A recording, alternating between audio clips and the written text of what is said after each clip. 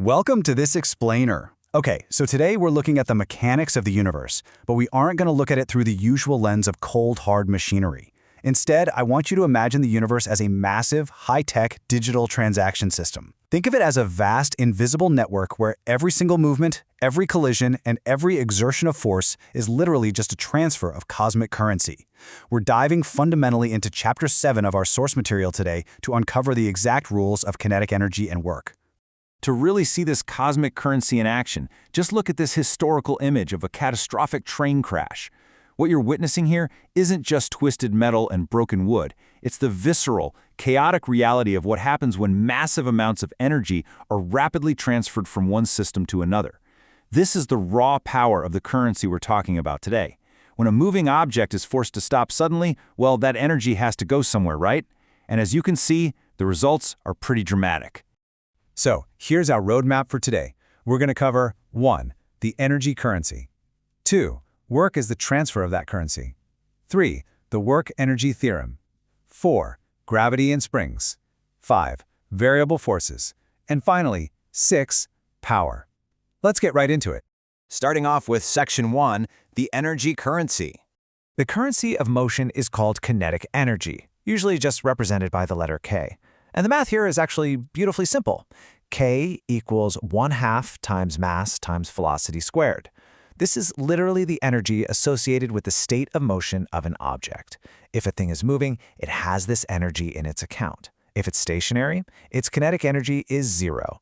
Now, what's really interesting here is the unit of measurement, which is the joule. Named after the English scientist James Prescott Joule, 1 joule is equal to 1 kilogram meter squared per second squared. And crucially, you guys, kinetic energy is a scalar quantity. That means it absolutely doesn't care about direction, it only cares about the mass of the object and exactly how fast it's moving. Let's bring this math down to Earth, or, well, the sky.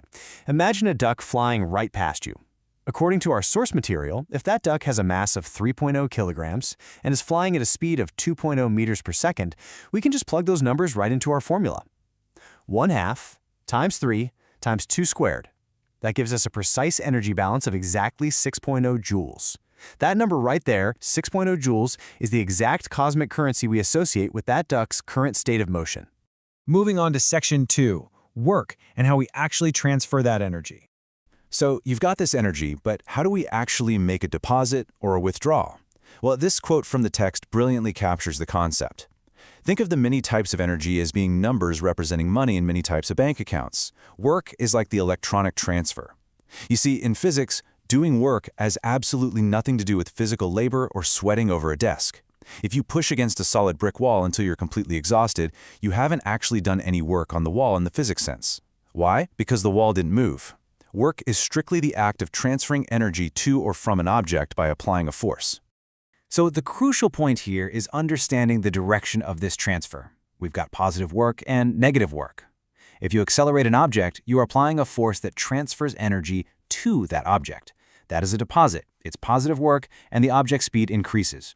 On the flip side, if you apply a force to decelerate an object, say like catching a fast-moving baseball, you're transferring energy from the object to yourself. That's a withdrawal. It's negative work, and the object's speed decreases. Let's break down exactly how we calculate this transfer when we're dealing with a constant force. The formula is work equals force times distance times the cosine of phi. Breaking down those variables, F is the magnitude of the force, so just how hard the push or pull actually is. D is the displacement, which is how far the object actually moves. But the real secret ingredient here is that angle, phi. You have to multiply by the cosine of the angle between the force and the displacement. Why does that matter? Because only the component of the force that acts parallel to the object's movement actually does any work. If you push straight down on a block while it slides horizontally across the floor, your downward push does 0 work. All right, Section 3. This is a big one. The work-kinetic energy theorem. Just look at that equation. Delta K equals K final minus K initial, which equals W. This is the work-kinetic energy theorem, and it's basically the master key of this whole chapter. It states that the total change in the kinetic energy of a particle is perfectly, exactly equal to the net work done on that particle. If you take all the positive work and subtract all the negative work done by every single force acting on an object, that final number you get is exactly how much the object's kinetic energy has changed. It's beautiful, really. The accounts always balance, no exceptions. Let's look at some real-world bankers in Section 4, Gravity and Springs. First up, gravity. The work done by gravity is calculated as mass times gravity times displacement times the cosine of the angle. Think about it like this. When you lift a heavy book off the floor to put it on a top shelf, you're applying an upward force. You're doing positive work, actively transferring energy to the book. But at the exact same time, gravity is pulling it down, doing negative work, transferring energy from the book. If that book starts at rest on the floor and ends up at rest on the shelf, its overall change in kinetic energy is zero, right? Our theorem tells us the net work must also be zero. Therefore, the positive work you applied is exactly offset by the negative work done by gravity. It's a perfect tie. Now, springs, they mix things up a bit and introduce a fun complication. A spring force, which is described by Hooke's law as F equals negative kx, is a variable force. The more you stretch or compress a spring, the harder it pushes or pulls back against you. Because that force changes continuously with distance, we can't just multiply one flat force number by distance to find the work like we did before. We need a totally different approach, which gives us this formula here, where the work depends on the square of both the initial and final positions. Which brings us perfectly to Section 5, Calculating Variable Forces. Okay, we're shifting into calculus mode now. But hey, don't let the word calculus intimidate you. The underlying logic here is actually brilliant and super straightforward. If the force keeps changing, step 1 is just to break the object's total displacement down into tiny little segments. Step 2, if the segment is small enough, the force hardly changes at all within it, right? So we just pretend the force is constant for that one tiny sliver. Step 3, we calculate the work for that tiny segment using our standard force times distance rule, and then we just add them all up. Step 4, through the absolute magic of integration, we make those segments infinitely small and sum up an infinite number of tiny energy transactions. It's literally the ultimate penny-pinching accounting technique. Now, if you're more of a visual person, geometrically, what does this calculus actually look like in practice? Well, if you graph the force on the y-axis against the position on the x-axis, that scary integral simply represents the area between the force curve and the x-axis. Finding that area gives you the total work done. A positive area above the axis means positive work, a negative area below means negative work. It neatly turns a complex calculus problem into a very simple visual geometry problem. And finally, Section 6, Power, or the transfer rate.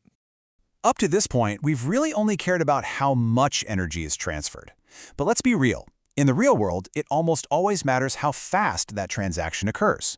And that brings us to power. Power, represented by P, is simply the time derivative of work. It is the rate at which work is done, or the rate at which energy is transferred. Think of it this way. If work is the electronic transfer of money between bank accounts, power is the speed of your internet connection making that transfer happen. The SI unit for power is the watt, named after James Watt. 1 watt is exactly equal to 1 joule of energy transferred per single second. It's basically the speedometer for our cosmic energy transactions. Let's look at a few alternative ways to view this.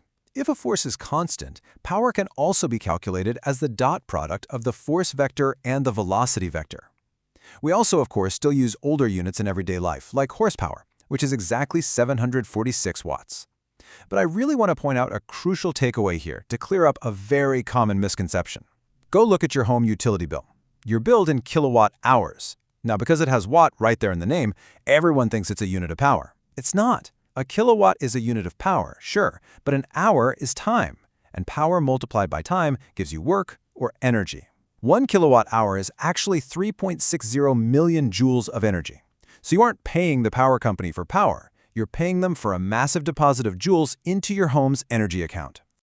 So, we've built a pretty pristine accounting system today, but I want to leave you with a provocative thought that our source material teases right at the very end. We've defined our currency confidently, right? K equals 1/2 mv squared. But what happens to this beautiful, simple equation when an object's speed gets incredibly fast? Like, insanely close to the speed of light? Well, it turns out this classical formula breaks down entirely. The kinetic energy doesn't just increase smoothly anymore, it approaches infinity. The reliable accounting rules of Isaac Newton completely give way to the strange, relativistic universe of Albert Einstein. How does the universe balance the books when time and space themselves literally begin to warp? Well, that is an explainer for another day. Thank you so much for joining me on this journey through kinetic energy and work.